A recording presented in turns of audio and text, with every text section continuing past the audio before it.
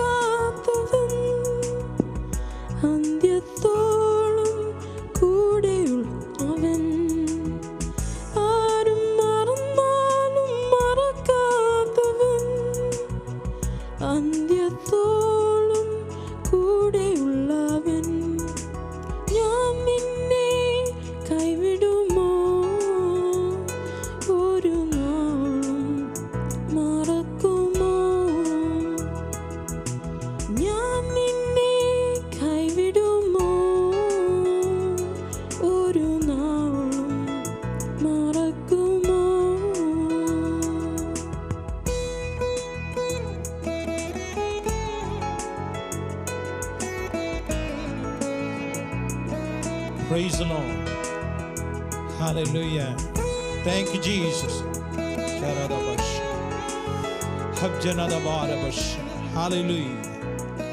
Praise the Lord. Hallelujah. On today's program, we have a special guest from India, Reverend Dr. N.S. Simon. He is the president of Zion Sangh, a Pentecostal national church in India. He was the son of a Hindu pujari. His father was dramatically converted to Christianity. His faith and his vision has given birth to this church. And while he was in that prayer meeting, to disrupt that prayer meeting, God came to him and revealed to him. And he accepted the Lord and came forward.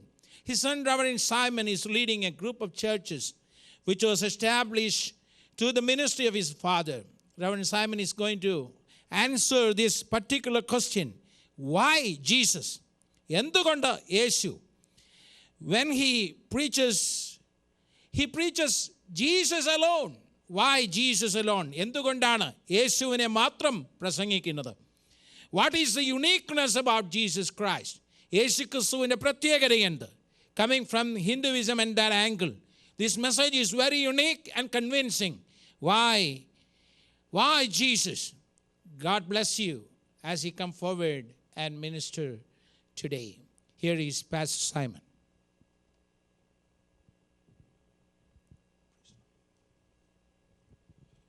ദൈവനാമം വാഴ്ത്തപ്പെടുമാറാകട്ടെ. Logos church of God TV പ്രോഗ്രാമിൽ കൂടെ ശ്രദ്ധിക്കുന്ന മാന്യ ശ്രോതാക്കൾക്ക് യേശു ക്രിസ്തുവിൻ്റെ പരിപാവനമായ നാമത്തിൽ ഞാൻ സ്നേഹ വന്ദനം അറിയിക്കുന്നു. എന്തുകൊണ്ട് ഞാൻ യേശുവിനെ പ്രസംഗിക്കുന്നു? വേദപുസ്തകത്തിലെ ഒരു വാക്യം ഉദ്ധരിച്ചുകൊണ്ട് എൻ്റെ പ്രഭാഷണത്തിലേക്ക് പ്രവേശിപ്പാൻ താല്പര്യപ്പെടുന്നു. മത്തായിയുടെ സുവിശേഷം 16-ാം അധ്യായം 13 മുതൽ 16 വരെ യേശു ഫിലിപ്പിൻ്റെ കൈസരുടെ പ്രദേശത്തെത്തിയ ശേഷം ജനങ്ങളോട് ചോദിക്കുന്നു, നിങ്ങൾ എന്നെ ആർ എന്ന് പറയുന്നു? ചിലർ പ്രവാചകന്മാരെന്നും പ്രവാചകന്മാരിൽ ഒരുവനെന്നും ഇരമ്യാവെന്നും യോഹന്നാൻ സ്നാപകനെന്നും മറ്റും പലതും പറയുമ്പോൾ പത്രോസ് പറയുന്നു, നീ ജീവനുള്ള ദൈവത്തിൻ്റെ പുത്രൻ. യേശുവിനെക്കുറിച്ച് എന്തുകൊണ്ട് ഞാൻ പ്രസംഗിക്കുന്നു? ഹൈന്ദവനും പൂജാരിയും ജ്യോതിഷനും മാന്ത്രികനും വൈദ്യനും ആയിരുന്ന കൃഷ്ണനാരായണൻ എന്ന എൻ്റെ പിതാവ് യേശു ക്രിസ്തുവിൽ കൂടെയുള്ള ദർശനത്താൽ രക്ഷിക്കപ്പെട്ട് ഒരു ദൈവവൈദ്യനായി തീർന്നപ്പോൾ യേശു ആരാണെന്ന് മനസ്സിലായതുകൊണ്ടും എൻ്റെ വ്യക്തിപരമായ ജീവിതത്തിൽ യേശു കടന്നു വന്നതുകൊണ്ടും ഞാൻ യേശു ക്രിസ്തുവിനെ കുറിച്ച് പ്രസംഗിക്കുന്നു. എന്തുകൊണ്ട് എൻ്റെ യേശുവിനെ ഞാൻ പ്രസംഗിക്കുന്നു? ഒന്ന്, യേശു ക്രിസ്തുവിൻ്റെ നിസ്തുല്യമായ ജനനം. ആദിയിൽ വചനമുണ്ടായിരുന്നു, വചനം ദൈവമായിരുന്നു, വചനം ദൈവത്തോടു കൂടെയായിരുന്നു, സകലതും അവൻ മുഖാന്തരം ഉളവായതൊന്നും അവനെ കൂടാതെ ഉളവായില്ല. അവൻ ലോകത്തിൻ്റെ വെളിച്ചമായിരുന്നു. കാലത്തിൻ്റെ സമ്പൂർണതയിൽ വചനം ജഡമായി കന്യകയിൽ കൂടെ ജനിച്ചു. പുരുഷ സ്പർശനമേൽക്കാതെ രക്തത്തിൻ്റെ സ്വാധീനതയില്ലാതെ ഒരു കന്യകയിൽ കൂടെ ജനനം ചെയ്ത ഒരു വ്യക്തി പ്രപഞ്ചത്തിലുണ്ടെങ്കിൽ അത് കർത്താവായ യേശു ക്രിസ്തുവാണ്. ഈ ശബ്ദം കേൾക്കുന്ന മാന്യ ശ്രോതാക്കളെ, ലോകത്തിൽ അനേകർ ജനിച്ചത് വിവിധ നിലയായിരിക്കുമ്പോൾ യേശുവിൻ്റെ ജനനം ശ്രേഷ്ഠമാണ്. എന്തുകൊണ്ട് ഞാൻ യേശുവിനെ കുറിച്ച് പ്രസംഗിക്കുന്നു? യേശുവിൻ്റെ നിസ്തുല്യമായ ഉപദേശം, തൻ്റെ ഗിരിപ്രഭാഷണം ഇന്ന് വരെ ആരും വെല്ലുവിളിക്കാൻ കഴിഞ്ഞിട്ടില്ല. കാലാകാലങ്ങളിൽ ഗുരുക്കന്മാർ, നേതാക്കന്മാർ, അനേക തത്വജ്ഞാനികൾ, രാഷ്ട്ര നേതാക്കന്മാർ എഴുന്നേറ്റിട്ടുണ്ട്. അവരുടെ പ്രഭാഷണങ്ങൾ, അവരുടെ കൽപ്പനകൾ, അവരുടെ സന്ദേശങ്ങൾ കാലത്തിൻ്റെ കുത്തൊഴുക്കിൽ കാലഹരണപ്പെട്ടപ്പോൾ യേശുവിൻ്റെ ഗിരിപ്രഭാഷണം, സുവിശേഷം, യേശുവിൻ്റെ സന്ദേശങ്ങൾ, യേശുവിൻ്റെ കൽപ്പനകൾ ലോകത്തിൽ കോടിക്കണക്കിന് ആളുകൾക്ക് ഇന്നും പരിവർത്തനം ചെയ്തുകൊണ്ടിരിക്കുന്നതിനാൽ യേശുവിൻ്റെ നിസ്തുല്യമായ ഉപദേശം ആർക്കും അവഗണിക്കാൻ സാധ്യമല്ല. എന്തുകൊണ്ട് ഞാൻ യേശുവിനെ പ്രസംഗിക്കുന്നു? യേശുവിൻ്റെ നിസ്തുല്യമായ പ്രവൃത്തി ജാതിയുടെയും മതത്തിൻ്റെയും വർഗത്തിൻ്റെയും വർണ്ണത്തിൻ്റെയും പേരിൽ തട്ടുകളായി മനുഷ്യവർഗത്തെ തിരിച്ച് മേൽജാതിയെന്നും കീഴ്ജാതിയെന്നും യഹൂദനെന്നും യൗവനനെന്നും യഹൂദനെന്നും ശമര്യനെന്നും അങ്ങനെ മതിലുകൾ തിരിച്ച സ്ഥാനത്ത് യേശുക്രിസ്തുവിൻ്റെ ശമരിയ പ്രദേശത്തിലുള്ള കിണറ്റിൻ വക്കത്തിലുള്ള സന്ദേശ മുഖാന്തരം ജാതീയ വർഗ വർണ്ണ മതിലുകൾ ഇടിച്ച് യേശുക്രിസ്തുവിൻ്റെ പ്രവൃത്തിയിലൂടെ മനുഷ്യജാതി ഒന്നാണെന്ന് വെളിപ്പെടുത്തിയത് യേശുവാകിയാൽ യേശുവിൻ്റെ നിസ്തുല്യമായ പ്രവൃത്തി അത്ഭുതകരമാണ്. മാത്രമല്ല, യേശുക്രിസ്തുവിൻ്റെ മതകരമായ പ്രവർത്തനങ്ങളിൽ ശ്രേഷ്ഠമായത് ദേവാലയത്തിൽ കടന്നു ചെന്ന് ദേവാലയത്തെ ശുദ്ധീകരിച്ച് ആടുകളെയും മാടുകളെയും പ്രാക്കുഞ്ഞുങ്ങളെയും അഴിച്ചുവിട്ട് ദേവാലയത്തെ ശുദ്ധീകരിച്ച് എൻ്റെ ആലയം പ്രാർത്ഥനാലയം എന്ന് പ്രഖ്യാപിച്ചത് യേശുവാണ്. അവൻ്റെ അത്ഭുത പ്രവൃത്തിയാണ്. പാപിയായി പിടിക്കപ്പെട്ട പട്ടണത്തിൽ പാപം ചെയ്ത സ്ത്രീയെ കല്ലെറിഞ്ഞു കൊല്ലുവാൻ കല്ലുകളുമായി ഉയർത്തി വന്ന ആ മതനേതാക്കന്മാരോട് നിങ്ങളിൽ പാവില്ലാത്തവൻ കല്ലെറിയട്ടെ എന്ന് പ്രഖ്യാപിച്ച് അവൻ കല്ലെറിയാതെ മടങ്ങിപ്പോയി സ്ത്രീയെ സംരക്ഷിച്ച യേശുവിൻ്റെ പ്രവൃത്തി ശ്രേഷ്ഠമാണ്. ലോകത്തിൽ മറ്റാരും ചെയ്യാത്ത നിസ്തുല്യമായ പ്രവൃത്തി യേശു ചെയ്തു. എന്തുകൊണ്ട് ഞാൻ യേശുവിനെ പ്രസംഗിക്കുന്നു? യേശുവിൻ്റെ നിസ്തുല്യമായ മരണം ലോകത്തിൽ അനേകർ സ്വന്തത്തിന് വേണ്ടി, രാഷ്ട്രത്തിന് വേണ്ടി, സമൂഹത്തിന് വേണ്ടി മരിച്ചിട്ടുണ്ട്. എന്നാൽ മാനവജാതിയുടെ പാപത്തിന് വേണ്ടി പാപമില്ലാതെ ഒരുവൻ ഈ ലോകത്തിൽ മരിച്ചു. സകല മാനവ ജാതികളും തങ്ങളുടെ പാപത്തിന് വേണ്ടി മരിച്ചപ്പോൾ പാപം കൂടാതെ കാൽവറിയിൽ 2 കള്ളന്മാരുടെ നടുവിൽ മൂന്നാണിമേൽ തലയിൽ മുൾക്കിരീടമേറ്റ് ചാട്ടവാറിനാൽ അടിയേറ്റപ്പെട്ട് പാപികൾക്ക് വേണ്ടി മരിച്ച് സകല ഭൂസീമവാസികളുമായുള്ളവരെ എങ്കിലേക്ക് നോക്കി രക്ഷപ്രാപിപ്പിൻ എന്ന് പറഞ്ഞ യേശുവിൻ്റെ നിസ്തുല്യമായ മരണം ഇന്ന് വരെ ലോകത്തിൽ അങ്ങനെ ഒരു വ്യക്തി മരിച്ചിട്ടില്ല. എന്തുകൊണ്ട് ഞാൻ യേശുവിനെ കുറിച്ച് പ്രസംഗിക്കുന്നു? യേശുവിൻ്റെ നിസ്തുല്യമായ ഉയർപ്പ് കാൽവറിയിൽ മരിച്ച് അടക്കപ്പെട്ട് ലോകം പറഞ്ഞു ഇനി ഉയർത്തെഴുന്നേൽക്കത്തില്ല. ഇതുവരെയും അനേക ഉന്നതന്മാര്, ശ്രേഷ്ഠന്മാര്, പ്രമുഖന്മാര്, ചക്രവർത്തിമാര് കല്ലറകളിൽ അടക്കപ്പെട്ടിട്ടുണ്ടെങ്കിലും അവിടെ കല്ലറകൾ ആരും കാവൽ നിന്നിട്ടില്ല, ആരും മുദ്ര വച്ചിട്ടില്ല. യേശുവിൻ്റെ കല്ലറയിൽ കാവൽ നിർത്തി അതിൻ്റെ മേൽ മുദ്ര വെച്ചു. എന്നാൽ യേശു ക്രിസ്തു മരണത്തെ വെല്ലുവിളിച്ചുകൊണ്ട് 3-ാം ദിവസം ഉയർത്തെഴുന്നേറ്റു. ആ ലോകത്തിൽ ആളുകൾ കല്ലറകളിൽ വിശ്രമിച്ചിരിക്കുമ്പോൾ യേശുവിൻ്റെ നിസ്തുല്യമായ ഉയർപ്പ് ഇന്നും യേശു ജീവിക്കുന്നതിൻ്റെ തെളിവാണ്. എന്തുകൊണ്ട് ഞാൻ യേശുവിനെ പ്രസംഗിക്കുന്നു? പ്രിയമുള്ളവരെ, എന്നെ കേൾക്കുന്ന മാന്യ ശ്രോതാക്കളെ, യേശുവിൻ്റെ അത്ഭുതകരമായ പ്രവൃത്തി മാത്രമല്ല, അത്ഭുതകരമായ ജനനം മാത്രമല്ല, അത്ഭുതകരമായ ഉപദേശം മാത്രമല്ല, അത്ഭുതകരമായ മരണം മാത്രമല്ല, അത്ഭുതകരമായ ഉയർപ്പ് മാത്രമല്ല, യേശുവിന് ഈ പ്രപഞ്ചത്തിൻ്റെ മേൽ അധികാരമുണ്ട്.